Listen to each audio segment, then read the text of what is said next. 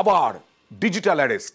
Digital arrest বলে কিছু হয় না, বারবার এই সচেতনতা আমরাও বলেছি, কিন্তু তাও সেই ডিজিটাল অ্যারেস্টের ফাঁদে পড়ে এক অবসরপ্রাপ্ত কোটি কোটি টাকা, 1 কোটিরও বেশি টাকা, অবসরের সব টাকা শেষ। যদিও 3 জন প্রতারক গ্রেফতার হয়েছে ওড়িশা থেকে, কিন্তু 1,09,00,000 টাকা ধাপে ধাপে দমদম পার্কের বাসিন্দার অবসরের সব টাকা উধাও। ডিজিটাল অ্যারেস্ট, ডিজিটাল অ্যারেস্ট বলে কিচ্ছু নেই। কিন্তু যা দেখে মনে হলো, খবরটা দেখে সরাসরি অনুপের কাছে যাব।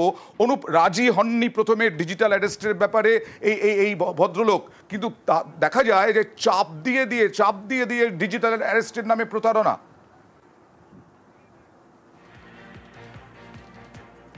একেবারে ডিজিটাল অ্যারেস্টের নাম করে কিন্তু এই প্রতারণার ঘটনা 1,09,00,000 টাকা কিন্তু একেবারে হাতিয়ে নেওয়ার অভিযোগ। দমদম পার্কের যে বাসিন্দা তিনি কিন্তু বিধাননগর সাইবার ক্রাইম থানায় লিখিত অভিযোগ দায়ের করে। প্রথমে তার কাছে একটি ভুয়ো নাম্বার দিয়ে প্রথম ফোন আসে, পরবর্তী ক্ষেত্রে বলা হয় যে তার নাম্বার ব্যবহার করে একাধিক কিন্তু বেআইনি কার্যকলাপ করা হয়েছে।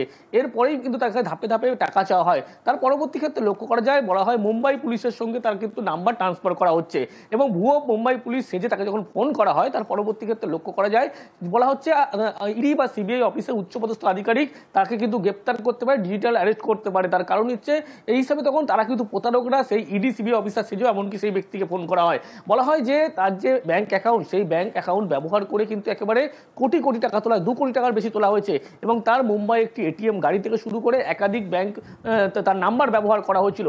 এই সমস্ত তথ্য পাওয়ার পরবর্তী ক্ষেত্রেই কিন্তু একেবারে যখন তার সঙ্গে ধাপে ধাপে বারবার যোগাযোগ করা হচ্ছিল, তাকে বলা হচ্ছিল ডিজিটাল গ্রেপ্তার করা হবে, এবং তারপরেই সেই ব্যক্তি একেবারে ভয়ে সেই সময় যোগাযোগ করে তাদের সঙ্গে, এবং বলা হয় যে পুরো টাকা যদি তাকে দেওয়া হয় সেক্ষেত্রে তাকে গ্রেপ্তার করা হবে না। এরপরেই যখন ধাপে ধাপে প্রায় 1,09,00,000 টাকা দেয়, তারপরেই মোবাইল ফোন এই প্রতারকরা বন্ধ করে দেয়। এরপরে সাইবার ক্রাইম থানায় লিখিত অভিযোগ হয়, পুলিশের পক্ষে এবার দেখার যে 1,09,00,000 টাকা তিনি ফেরত পান কিনা।